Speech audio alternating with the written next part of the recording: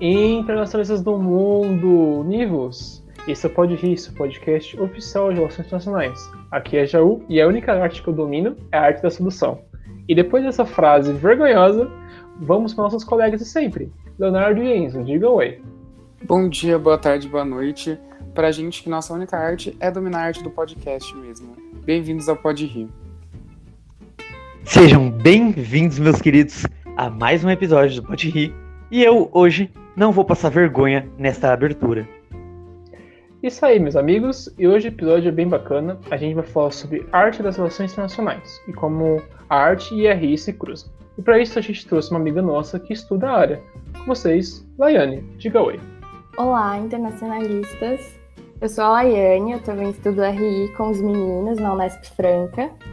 E muito legal estar aqui. Agradeço o convite de vocês para bater esse papo que é tão interessante e tão importante hoje, que é essa vinculação entre arte e política, principalmente nesse contexto de desvalorização e precarização da arte que a gente vive no Brasil, né? Muito bem, Laiane, muito obrigado. Então, lava essa mão de tinta, fecha o pint e vem comigo.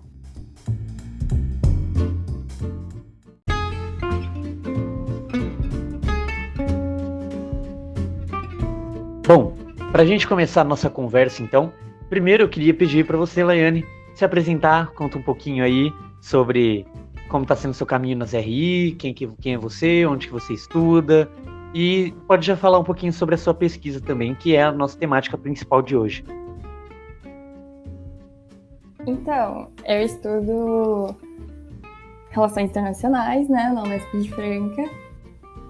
Estou no 3º ano e meus interesses em pesquisa são muito no campo da cultura, da identidade, e por isso que eu tenho tanto interesse, gosto tanto de falar de arte.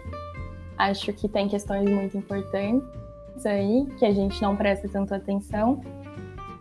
E tenho pesquisado e tenho me interessado muito por arte e cultura brasileira, e as intersecções que ela tem com a política brasileira e internacional.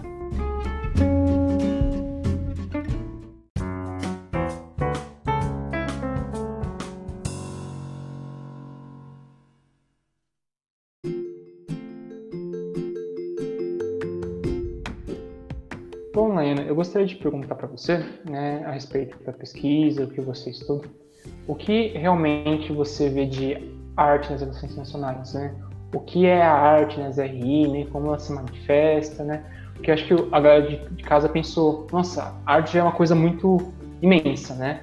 Mas como que ela encaixa nas RI, né? Como ela está presente, né? O que você vem descobrindo na sua pesquisa, assim? Então, nas relações internacionais mesmo, e nas grandes teorias, nos grandes debates, essa inserção da arte como uma nova forma de olhar para a política internacional ainda é muito recente. Mas eu tenho descoberto, e as pessoas que têm desenvolvido esses estudos também, que existe um papel muito importante atribuído à maneira como a gente se sente em relação a manifestações artísticas e como a gente expressa isso de uma maneira política, né? Já que a gente está inserido em uma sociedade e, portanto, inserido politicamente. Então, como isso já é uma realidade local, por que não explorar isso a nível global também e ver quais são as implicações da arte, né? Mas, com certeza, é um campo imenso e eu tenho olhado mais para o Brasil e procurado fazer um recorte meio comparativo de um tempo anterior da arte e agora, mas ainda é muito incerto por conta dessa amplitude, mas eu ainda estou recortando, assim, a respeito de que eu vou falar. Bom, Laiane, como você mesmo falou, né, a arte é uma coisa ampla, né, grande, mas como a gente tem definido como o que é arte, né, porque a arte muitas vezes está ligada a uma questão das elites ou coisas assim, né? Como tem ocorrido isso? Então, a visão mais senso comum sobre arte e tudo mais, que a gente tem tomado como senso comum, é aquela visão de que é uma esfera supérflua ali, é como se fosse um complemento, um lazer, não está tão inserido na vida política e social assim. E na minha pesquisa e do jeito que eu penso arte, eu acho que está muito para além disso, né? Que a arte, ela não é meramente finalista. Eu acho que ela é a expressão mais genuína, né? Do humano desde muito tempo. Então eu procuro olhar para identidade, para arte localizada culturalmente e identitariamente, e tudo que ela pode revelar assim por si a respeito das pessoas mesmo, e por isso da política. A questão da arte é realmente uma coisa que a gente acaba, às vezes, deixando de lado dentro das RI, mas, como você falou, ela chegou recentemente, assim, aí como foi essa entrada dela no debate das RI, né? Se foi por meio de uma teoria, se foi por meio de alguma linha de pensamento, como que ela adentrou o debate do cenário internacional? Então, essa abordagem mais artística de algumas a respeito de algumas abordagens também pós-modernas e estruturalistas vão meio que se inspirar nas críticas dos estudiosos pós-modernos e estruturalistas ali na década de 80, mas elas vão se tornar mais elas vão ser repensadas e se tornarem mais reconhecidas nos anos mais recentes, só a partir dos anos 2000, porque aí estudiosos não só das relações internacionais ou das ciências sociais vão olhar para estética e para arte do mesmo modo, mas vão incluir as implicações que a crítica anterior já fez. Então, isso vai buscar novas formas de discernir o que pode ser tomado como conhecimento. E aí a arte vai ocupar um papel central. Muitos modos de pensar, muitos modos de vida e assim por diante. Você mencionou anteriormente a questão de que você também trabalhava com a própria questão assim, de identidade, né? Eu já li muito sobre o Said e ele parte de textos literários, principalmente, para tratar especificamente sobre a relação entre o eu e o outro, sendo o eu ocidental e o outro oriental. Você vê assim, mais alguma grande contribuição, tanto de outros mundos também, porque, querendo ou não, a gente acaba às vezes ficando preso muito à literatura e acaba esquecendo também da música, do cinema, das pinturas, das esculturas, então a gente acaba deixando algumas coisas de lado. Você acha que essas coisas estão vindo e sendo incorporadas pelas RI?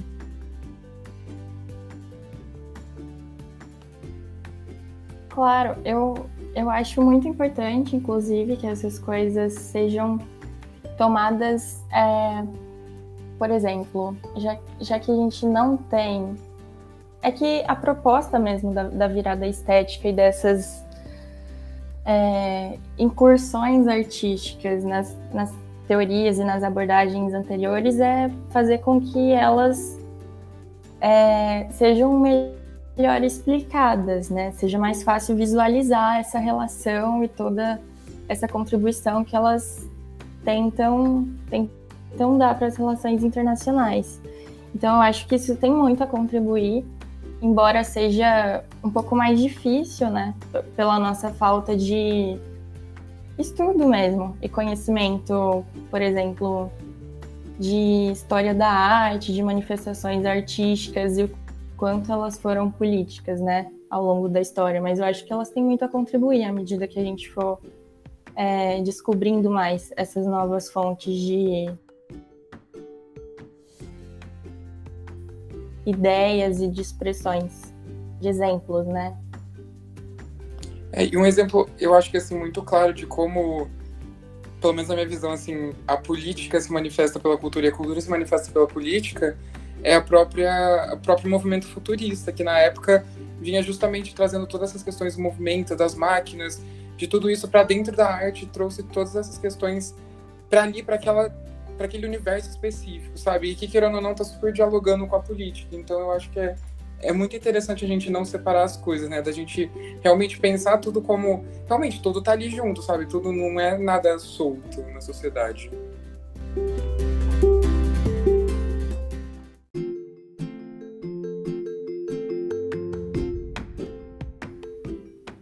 Bom, uma outra pergunta agora, Lai, que eu tenho para você é como que então essa virada estética, essa interpretação das artes nas RI e no geral, né, até fora das RI, ela enxerga a tomada de decisões?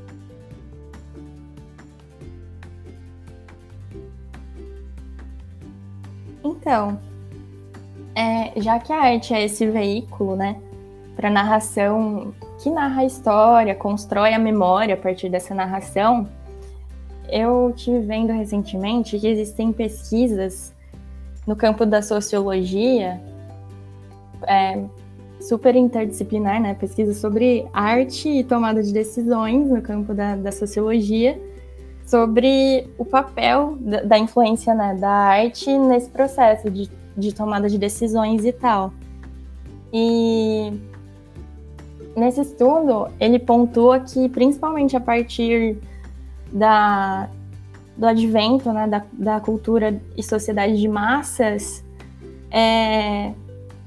a gente tem gerado o que eles chamam de uma memória prostética, que seria mais ou menos um acervo de imagens mentais que a gente tem sobre eventos que foram muito importantes e não tem como a gente pensar neles e não visualizar diretamente,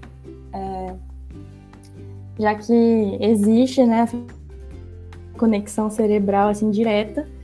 E aí esse estudo revelou assim que mesmo subconscientemente ou indiretamente, isso determina muito a linha de pensamento que vai ser seguida para tomar uma decisão em relação. Eu estava pensando, por exemplo, nesses tempos que a gente tem vivido, né? Como a televisão, como as mídias e como tudo, com essa velocidade que a gente tem hoje, não tem influenciado e revolucionado muito, né? O processo de tomada de decisões, que tem que ser muito mais rápido, né? Querendo ou não.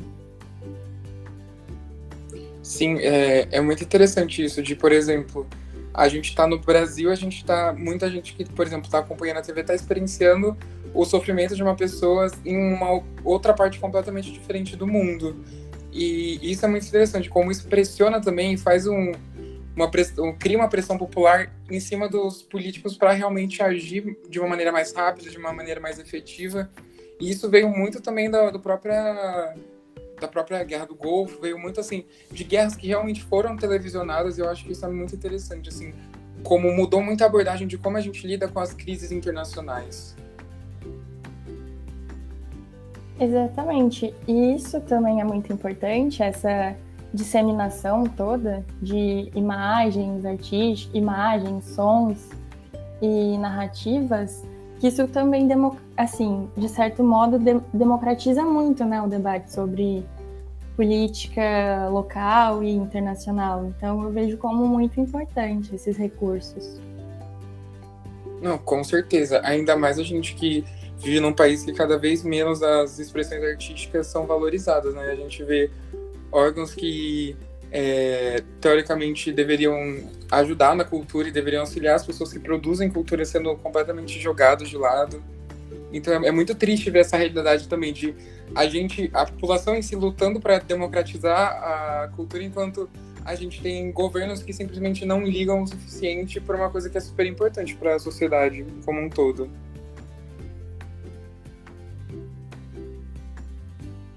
Exatamente. E em relação a isso, por exemplo, também, para expressar como é importante esse acesso, é que se as obras não são vistas, não são conhecidas, não são disseminadas para as pessoas, para o público, né? É como se elas não tivessem nenhum efeito, né? Nem social, nem político. Então, sempre é preciso de um espectador para ver uma interpretação das coisas, para que assim ele forme uma opinião, para que assim ele critique, se posicione politicamente. E isso é incrível, né? Porque são muitas possibilidades de posicionamento, já que as pessoas possuem vivências diferentes, experiências diferentes. Então, eu acho que é muito inteligente também que a gente aproveite toda a produção de conteúdo existente, conteúdo que a gente produziu humanamente, né?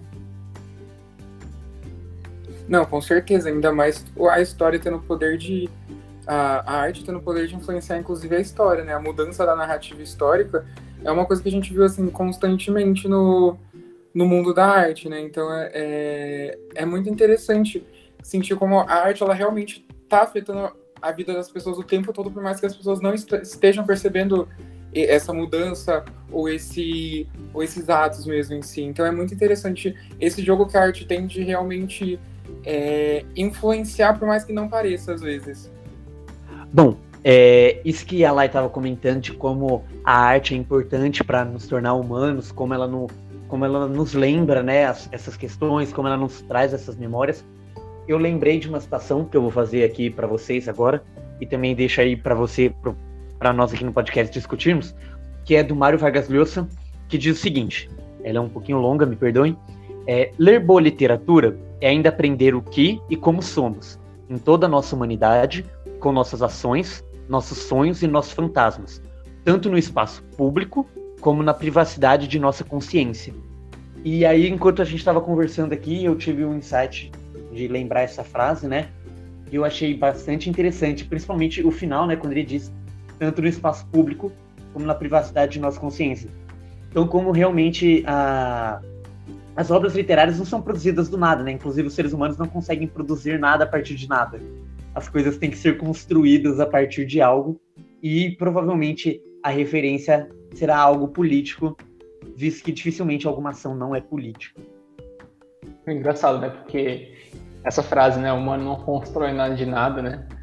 É muito engraçado, porque a gente fala assim, reclama muito, mas né, a arte é tudo igual, né? A gente vive copiando, né? O que já foi feito, né? Mas assim, o que já foi feito, né? Foi feito antes também, que era uma coisa copiada, entre aspas, né?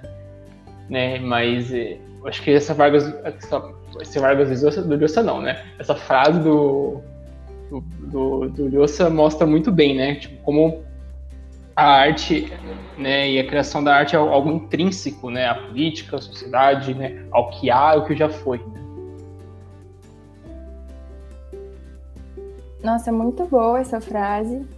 E com certeza, o que você falou agora já me fez lembrar, tem não um teórico, né, mas um cara que debate, um autor que debate isso na Virada Estética, sobre a gente reproduzir as coisas ou não reproduzir, olhar por nós mesmos para elas. E nesse sentido de reprodução artística, sobre manutenção de certas constantes que definem o que é arte ou não, ele compara até nas relações internacionais, é uma comparação muito legal com a teoria realista, porque ele fala que representações miméticas, que são essas que repetem um modelo padrão, uma estética que já foi determinada e que é tradicional, ela tenta representar a política mundial como ela realmente é, assim. E isso se aproxima muito, por exemplo, de uma pintura realista. Ele faz esse paralelo. E aí, em contraposição a isso, ele fala de uma aproximação estética, então, que seria uma mais adequada.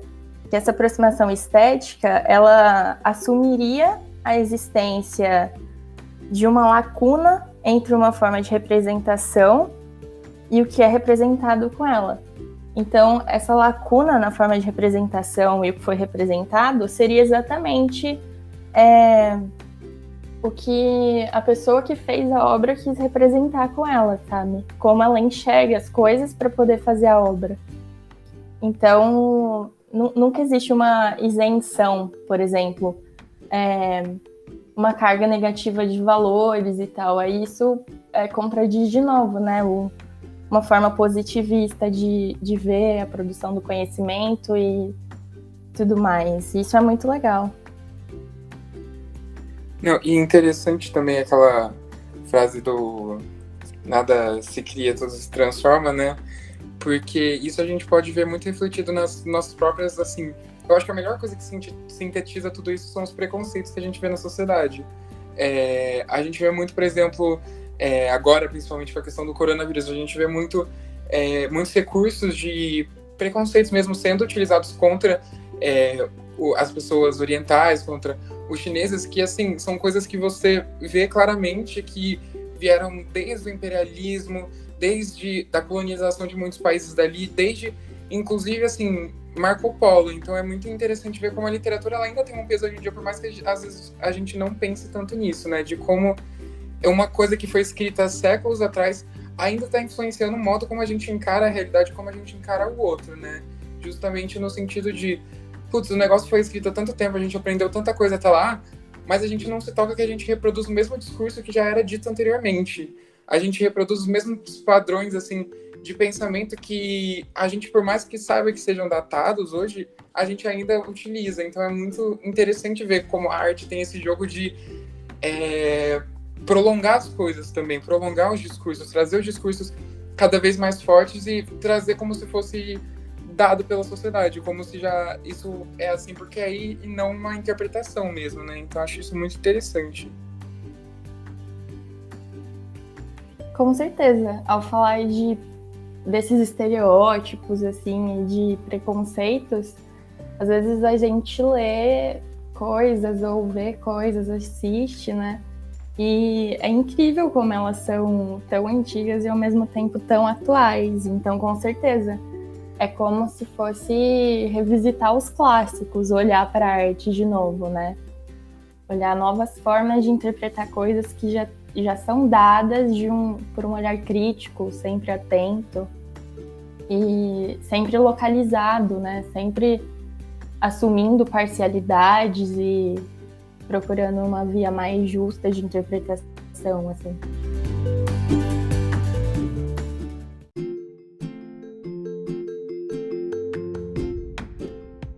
Bom, agora que a gente já conversou um pouco sobre questões mais amplas, questões mais gerais, questões das R em si, eu acho que seria legal a gente também trazer uma questão mais prática mesmo, mais uma coisa que a gente realmente percebe, trazer uma discussão sobre isso.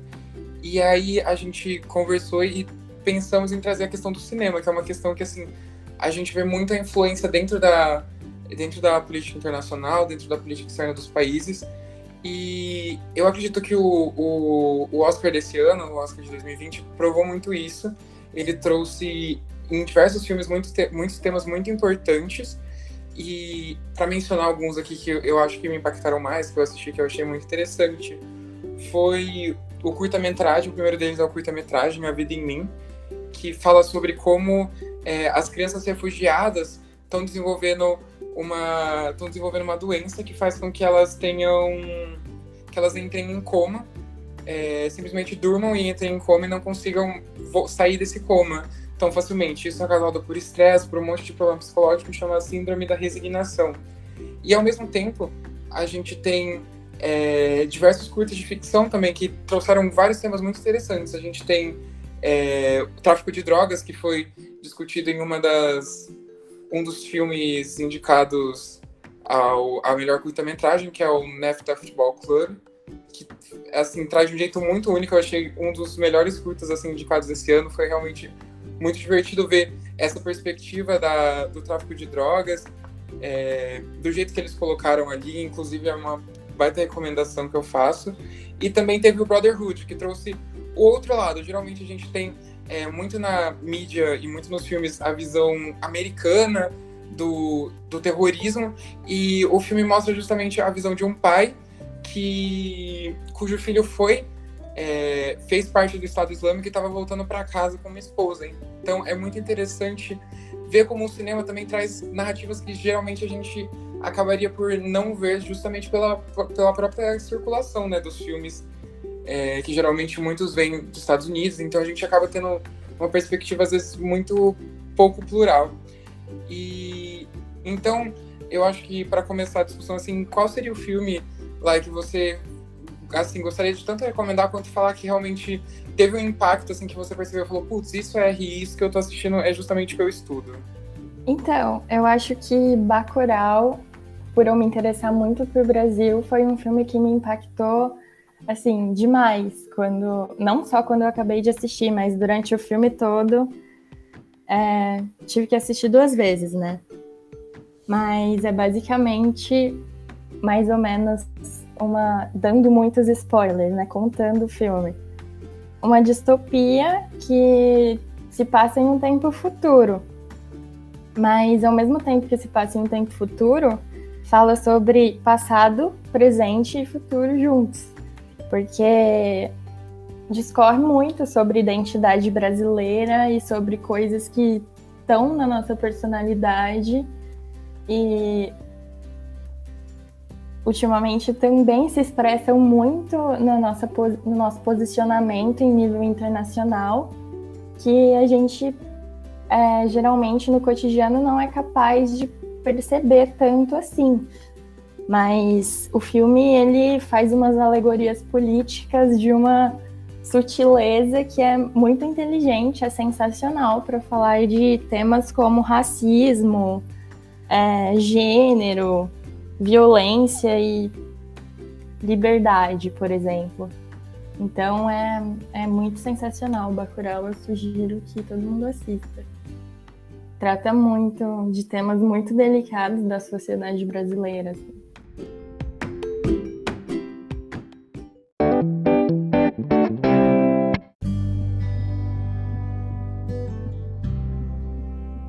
Bom, Laiane, muito obrigado pelas respostas, foi bastante esclarecedor tudo que você trouxe aqui. Agora a gente vai para o nosso quadro clássico aqui com convidados, né? Nosso quadro ping-pong, né? Que a gente faz umas perguntas informais, faz cobrir seu gosto, tudo, né? Para o público de casa dar uma julgada em você. Enfim, vamos à primeira pergunta que eu mais gosto nesse quadro. Laiane, se você tivesse que escolher uma música para entrar num ringue, aquela música que te apresenta, assim, nem WWE, né? Vai chamar a Laiane no ringue, né? Vai tocar uma música. Qual música seria? Isso vai te apresentar a música. Vai ser aquele negócio que vai entrar no palco. Eu só ouço musiquinha aqui, ó, tranquila. Pode ser música tranquila, assim, aquela música tipo, de apresentar você, né? Que você fala, nossa, isso é minha alma mesmo. Se eu fosse sincera respondendo essa pergunta, seria qualquer música assim do Caetano Veloso. Que não tem impacto de ringue, mas né? Quem sabe, né? O lutador já fica... Seria um MPB ali, sendo muito sincera. Alguma música em específico, assim? Então, não é uma música impactante de ringue, mas seria uma do Caetano Veloso, Alegria, Alegria. É uma escolha. É uma escolha peculiar, né? Bastante. Enfim, para sua pergunta. Qual é o seu livro de cabeceira? Aquele livro que tem na sua estante, assim, que você mais gosta?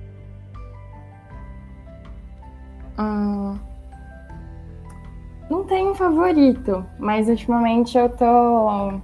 Pode ser um que eu tô lendo ultimamente? Claro, qualquer um que você quiser. Ultimamente eu tô lendo aquele da Beauvoir, muito famoso, Segundo Sexo. É muito esclarecedor em muitos aspectos. Eu sugiro que todo mundo leia. Bacana. Agora, que filme ou série, né, que você gostaria, que você tem que apresentar pro crush? Aquele negócio que ele tem que gostar, se ele não gostar, ele não vai conhecer mais. aquele filme para apresentar. Pode ser série também, que muita gente fala série. E pode ser uma série de filmes. Pode ser uma série de filmes. É uma trilogia que, ao mesmo tempo que é muito profunda, é muito filosófica também. E é velha, é coisa de velho, assim. Que é um clichêzão o título, mas eu juro que é bom. É Antes do Pôr do Sol, Antes do Amanhecer e Antes do Anoitecer. Eu conheço. Nunca assisti, mas eu conheço. Você conhece? Conheço. É do... Linklater. Isso, né? Não é o das RI, não, gente. Não é o Linklater, não é o Richard. Mas acho que chama Richard também, viu? Também. Também, Não é por sei. nada. Não é Em Andrew? dúvida. Eu não lembro, é o cara do Boyhood. O da RE é Andrew Linklater. Das RE é Andrew? Andrew? Tá. Eu não lembro mais. Então tá. É Richard desse, então. Eu confundo os dois. Richard. Olha só. É uma boa escolha também. E com quem você gostaria de ter um jantar, assim, sabe? Alguém que já morreu, né? Ou ainda é vivo, assim, uma pessoa famosa ou coisa do tipo. Eu acho que Pode por ir. eu estar lendo, a Beauvoir no momento seria ela, né? Assim, pra fazer Sim. algumas perguntas e tal. Esclarecer alguns pontos. Seria um baita do jantar, né? Imagina Seria essa um jantarzão feminista. conversa, né? Tem perguntas, Zé? Então agora, como o nosso tema que a gente veio discutir aqui é arte, a gente já falou um pouco de arte, mas vamos focar um pouco mais nisso. Qual que é, assim, quando você pensa na palavra arte, qual que é o primeiro quadro, assim, que vem na sua cabeça quando você tá pensando sobre arte? Assim, um quadro que você gosta muito. Nossa, difícil também.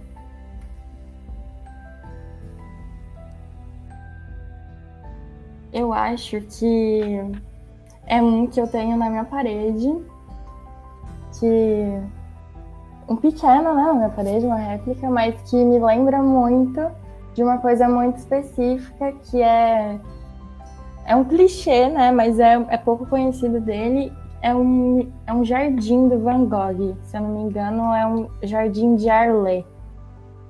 Nossa, Van Gogh é perfeito, assim, realmente... E me lembra do jardim da minha avó, por ser embaçadinho daquele jeitinho dele, expressionista. Me lembra muito, aí eu gostei. Ah, que legal. Qual que foi, assim, a arte que mais te impactou? Sendo qualquer tipo, filmes, música, alguma coisa assim que te impactou muito, que você sente que, assim, você entrou naquela experiência sendo uma pessoa e saiu sendo outra. São muitos filmes, né? Mas em todos eu começo a assistir uma e termino outra. Mas o que mais tem impactado ultimamente foi o Acordar para a Vida também, do Richard Linklater, que é aquela animação dele que fala muito sobre o onírico, assim, sobre o universo dos sonhos e do subconsciente e tal. Muito interessante. Ah, que legal. Acho que é mais uma indicação do nosso podcast de hoje pro pessoal. E por fim, alguma personagem que você sente que te representa muito. Pode ser da ficção, do cinema, alguém que você realmente sente que reflete muito sua própria personalidade. Então, muitos amigos meus têm falado ultimamente que eu me pareço muito com uma personagem específico, só que eu nunca acho que eu pareço com nenhum personagem. Mas eu confesso que tem algumas associações assim, que podem ser feitas, que é com uma série que o nome é Amy com E. Vocês conhecem? Eu já ouvi falar, assim. Muito É bem inclusive. famosa na Netflix. Ela é muito boa. Mas, assim, eu não sei se eu me pareço com ela, mas eu vou acreditar que sim, pra ser um personagem, porque eu nunca acho que eu me pareço.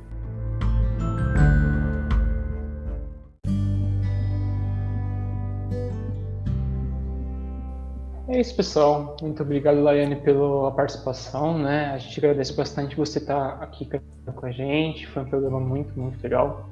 E esse foi o Pode Rir, pessoal. Aqui foi o Jaú e até a próxima. Valeu! Eu queria agradecer a Laiane por estar conversando com a gente sobre um tema tão importante que às vezes a gente acaba esquecendo, a gente acaba se prendendo muito a questões gigantes, a gente acaba esquecendo outros gigantes que assim são tão importantes quanto, que é a questão da arte, que é sempre legal assim ter essas outras perspectivas que a gente acaba às vezes deixando de lado, trazer essas questões que são muito importantes para a gente até se encarar como indivíduos, como seres humanos e como pesquisadores mesmo das RI. Então eu queria agradecer a Laiane por estar aqui conversando com a gente e agradecer o ouvinte por mais uma vez estar conosco, ou pela primeira vez estar conosco, nesse tão belo podcast. Bom, meus queridos, mais um episódio do Pode Rir chega ao fim. E eu, Enzo, agradeço a presença de vocês. Muito obrigado por ter nos ouvido e até o próximo episódio. Gente, eu que agradeço vocês pela oportunidade. Espero conversar mais sempre que vocês quiserem conversar. E tô aqui, qualquer coisa. E muito obrigada. Foi um prazer. É sempre um prazer.